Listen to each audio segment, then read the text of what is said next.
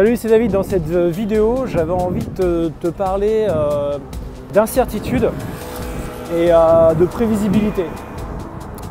Alors en fait, c'est suite à une conversation que j'ai eue avec un player et je disais que ça ferait un sujet intéressant de vidéo.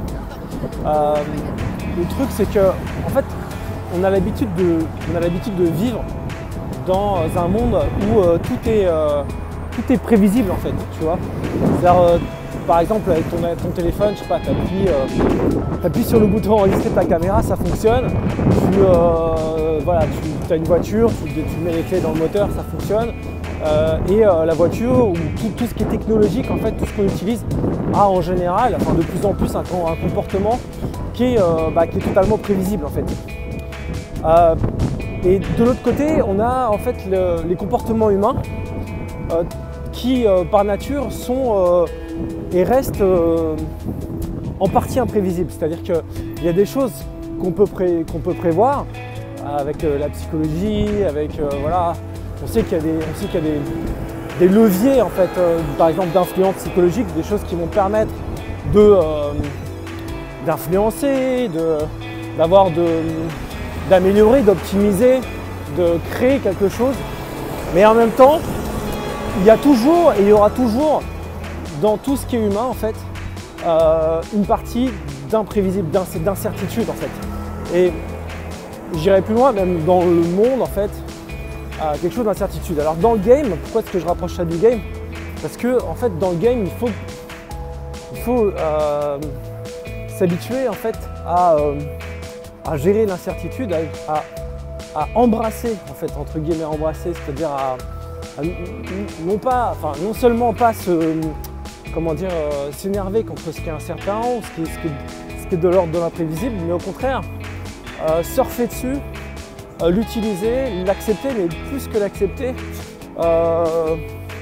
trouver ça cool en fait.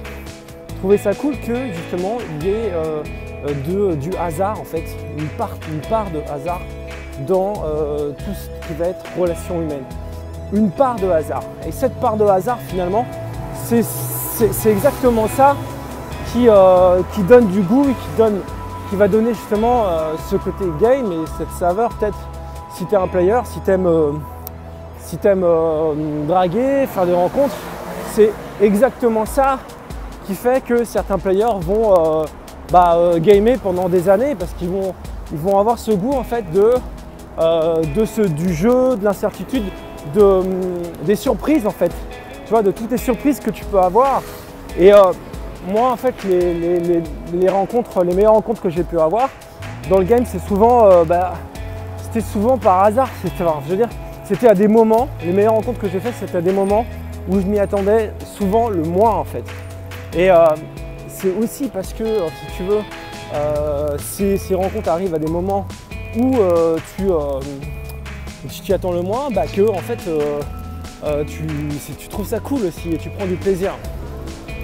Alors, pour certaines personnes, effectivement, si par contre, tu n'as aucun résultat, si tu n'arrives pas à avoir de résultat aujourd'hui, ou si malgré tout les tentatives, malgré par exemple la loi des grands nombres, malgré le fait que tu fasses beaucoup de tentatives et que tu cherches à t'améliorer, tu n'as pas de résultat, c'est qu'effectivement il y a des choses à améliorer dans ton game, c'est qu'il faut que tu optimises.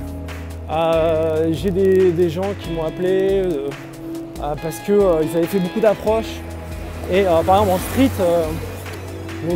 il y a un mec qui m'a appelé, qui m'a dit oui voilà, j'ai fait plus de 600 approches et j'ai pas de résultat.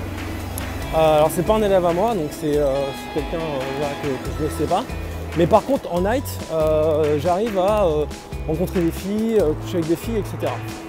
Donc typiquement, si c'est ton cas, par exemple si tu fais beaucoup d'approches et que malgré ça tu n'as pas de résultat, c'est qu'évidemment il y a des choses à améliorer, c'est évidemment il y a des choses qui ne vont pas dans ton game, dans ce que tu fais, et que donc il faut que tu as peut-être besoin d'un regard extérieur justement pour voir ce que tu fais de pas bien, tu vois. Ça peut être ton approche, ça peut être ta manière de faire, ça peut être des petits détails qui font que ça bloque complètement.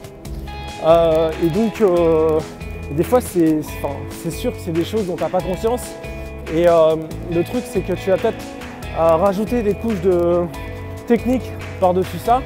Mais si tu n'as pas quelque part un regard extérieur, quelqu'un qui dit non mais là en fait ce que tu fais ça va pas du tout, en fait il suffit parfois de changer un tout petit truc pour passer un palier. Tu sais que on progresse pas de manière linéaire, il y a un truc qui peut être frustrant quand on entreprend quelque chose de nouveau. Et ça c'est vrai dans tout en fait, dans tout ce qu'on peut entreprendre de nouveau. Je sais plus dans quel bouquin j'avais lu ça. Mais en fait le truc c'est que quand on entreprend quelque chose, on n'a pas des résultats tout de suite et en fait on va progresser par palier en fait. On va pas progresser de manière linéaire, on va progresser par escalier. Et donc il y a souvent quand on entreprend quelque chose de nouveau, c'est ce qu'on appelle une espèce de traversée du désert. C'est-à-dire que tu vas faire des efforts et en fait malgré les efforts que tu fais, t'as pas de résultat et donc du coup tu te poses la question de savoir est-ce que ça vaut le coup de continuer. Et parfois, bon, bah, tu vas peut-être arrêter un moment, puis reprendre plus tard. Le truc, c'est que dans tous les domaines, si tu veux, on ne progresse pas de manière linéaire. Tu vas travailler, tu vas essayer de t'améliorer, tu vas atteindre un palier. Et puis après, d'un coup, tu vas passer à un autre palier en fait. Et si tu cherches à t'améliorer, tu vas rester à ce palier, mais pendant un moment, tu ne vas pas dépasser ce palier en fait. Donc, le truc c'est que il faut persévérer en fait le temps. Il faut persévérer si tu veux le temps du monde. Il faut persévérer le temps de passer au palier suivant. Et c'est surtout pas à ce moment-là qu'il faut abandonner. Donc voilà. Et puis pour en venir à l'incertitude, donc c'était le sujet de cette vidéo. En fait, il faut que voilà, comme je te disais. Les moments, enfin, il faut accepter qu'il y ait des choses qui ne se passent pas exactement comme ce que tu avais prévu. Parce que ça fait partie de la nature humaine. Il faut laisser du jeu, tu vois. Je pense qu'une des erreurs, tu vois, c'est de vouloir tout contrôler ou de chercher à trop tout contrôler tout le temps dans la nature humaine. Pourquoi est-ce que dans les relations humaines, le fait de vouloir absolument tout contrôler, par exemple, si tu fais du game, tu vois, le problème par exemple de la Mystery Method à un moment donné, tu vois, c'est que c'était une méthode où tu avais l'impression que quand tu faisais cette méthode, tu contrôlais tout. Mais si tu fais ça, ça veut dire qu'à aucun moment, en fait, tu laisses la fille ou la personne en face de toi jouer un rôle dans l'interaction.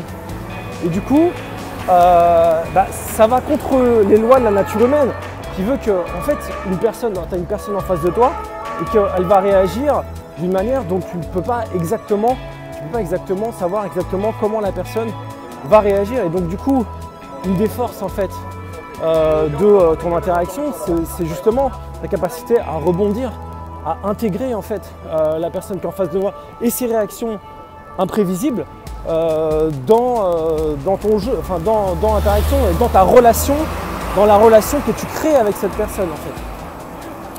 Voilà, donc c'était une petite vidéo, voilà, je voulais te parler de ça aujourd'hui. Et puis écoute, si c'est pas le cas, tu peux t'abonner à ma chaîne. Donc tu as un bouton en dessous pour t'abonner et si tu veux recevoir les notifications quand je ferai une nouvelle vidéo, tu as une petite cloche maintenant. Voilà, tu peux aussi liker cette vidéo si c'est possible, si tu as bien aimé. Et puis je te dis à bientôt pour une prochaine vidéo. Ciao.